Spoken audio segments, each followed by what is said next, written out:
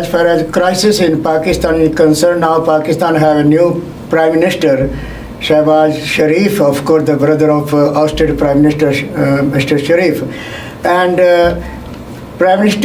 former Prime Minister Imran Khan, until the end of his ousted by the Parliament, was blaming US and the US military for his ousted. My question is, if anybody is in touch with the military to military in Pakistan, or as far as his claims that US is responsible for his ousted, and now the future of US-Pakistan relations under the new leadership. I think you can understand that we're not going to comment about domestic politics inside Pakistan, Goyal. I don't have any conversations with the new prime minister or his government to speak to today. I mean, this obviously all just happened. Because crisis still going on the streets with the former prime minister and also with his very large crowd of supporters, and military may intervene because of those things going on. Is US ready in any case if something like this happens in Pakistan? I don't foresee any US military role here, and I'm certainly not going to, again, wade into internal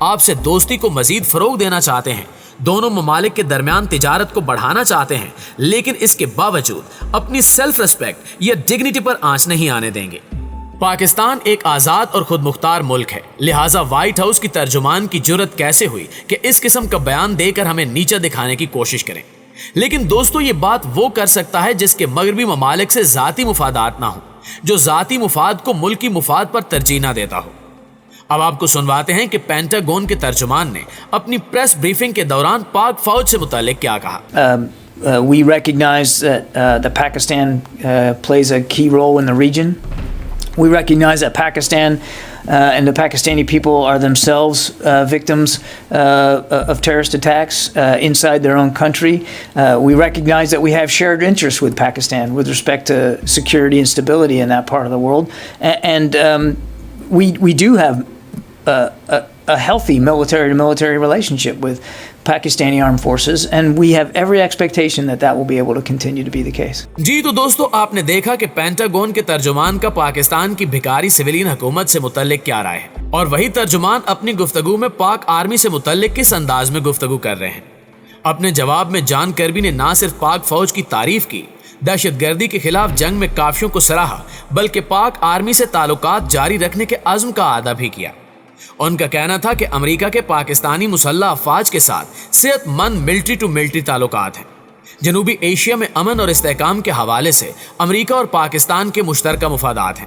ہمارے پاکستان سے اچھے عسکری تعلقات ہیں اور ہمیں توقع ہے کہ یہ تعلقات جاری رہیں گے.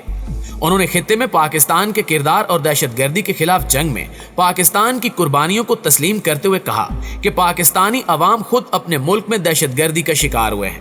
امریکہ نے اس خطے میں سلامتی اور استحکام کے لیے پاکستان کے ساتھ اپنے مفادات کا اشتراک کیا. سابق وزیر اعظم عمران خان کے امریکہ پر ان کی حکومت گرانے کے الزام سے متعلق پوچھے گئے سوال کے جواب میں Finally, because crisis still going on the streets with the former Prime Minister and also with his very large crowd of supporters and military may intervene because of those things going on. Is US ready in any case if something like this happens in Pakistan? I don't foresee any U.S. military role here, and I'm certainly not going to, again, wade into internal domestic politics in Pakistan. Thank you, sir. کہ ہم پاکستان کے اندرونی سیاسی معاملات پر تبصرہ نہیں کریں گے. ناظرین گرامی, جو امریکہ پاکستان کی سویلین قیادت کو گھاس نہیں ڈال رہا, بات تک کرنے کے لیے تیار نہیں ہے, وہی امریکی ترجمان پاک فوج کے ساتھ تعاون جاری رکھنے کا عزم ظاہر کر رہے ہیں. ان کی پریس بریفنگ میں ایک اور اہم ترین نقطہ یہ بھی تھا کہ پہلی مرتبہ امریکیوں کی جانب سے ڈو مور کی گردان کی بجائے پاکستان کی قربانیوں اور کاوشوں کو سراہا گیا ہے. پینٹاگون کے ترجمان نے صاف لفظوں میں کہا کہ وہ دہشت گردی کے خلاف جنگ میں پاکستان کی جانب سے دی گئی قربانیوں کی قدر کرتے ہیں. پینٹاگون کی جانب سے اس وقت دیا گیا یہ بیان انتہائی اہمیت کا حامل ہے, کیونکہ پینٹاگون کی حیثیت امریکہ میں وہی ہے جو انسانی جسم میں دماغ کی ہوتی ہے. امریکہ کی تمام دفاعی پالیسیاں اور اسٹریٹجک معاملات پینٹاگون ہی طے کرتا ہے. ویسے بھی پاک فوج سے تعلقات کو بنا کر رکھنا امریکیوں کی مجبوری بھی ہے, کیونکہ وہ جانتے ہیں کہ پاکستان کی انٹیلیجنس ایجنسی ISI دنیا کی بہترین اور نمبر 1 ایجنسی ہے. ISI کی پرفارمنس CIA افغان وار میں دیکھ چکی ہے کہ جب کیسے ہمارے مارخوروں نے روس کو تگنی کا ناچ نچا کر رکھ دیا تھا. اس کے بعد دہشت گردی کے خلاف جنگ میں بھی ISI نے پاکستان کے مختلف شہروں میں پھیلا NDS اور موساد کے تربیت یافتہ ایجنٹوں کا نیٹ ورک نہ صرف بے نقاب کیا بلکہ دبردوس کر کے رکھ دیا. سب سے بڑی مثال بھارتی حاضر سروس کمانڈر کلبھوشن یادو کی گرفتاری ہے. پوری دنیا میں اس لیول کا جاسوس کسی ملک کی ایجنسی نے آج تک نہیں پکڑا, لیکن ISI نے یہ بھی کر دکھایا. یہی وجہ ہے کہ امریکہ پاکستان کے ساتھ عسکری تعلقات خراب نہیں کرنا چاہتا. امریکہ میں چاہے ڈیموکریٹس ہوں یا ریپبلکن, اسی طرح پاکستان میں بھی کوئی بھی حکومت آئے یا جائے, امریکی تمام دفاعی اور اسٹریٹجک معاملات پاکستان آرمی سے ہی طے کرتے ہیں, اور ان کی کوشش رہتی ہے کہ یہاں پر تعلقات میں کوئی سرد مہری نہ ہو, اور اس کی وجہ ہم آپ کو پہلے ہی بتا چکے ہیں. پاکستان اور امریکہ کے درمیان سفارتی تعلقات قائم ہوئے تقریباً 70 سال ہو چکے ہیں. شروع سے پاک امریکہ تعلقات میں تلخیاں, عدم اعتماد اور کشیدگی رہی ہے. اسلام آباد کو واشنگٹن اور واشنگٹن کو ہم سے شکایتیں رہی ہیں, لیکن یہ بھی ایک حقیقت ہے کہ دونوں ملک ایک دوسرے کی ضرورت رہے ہیں.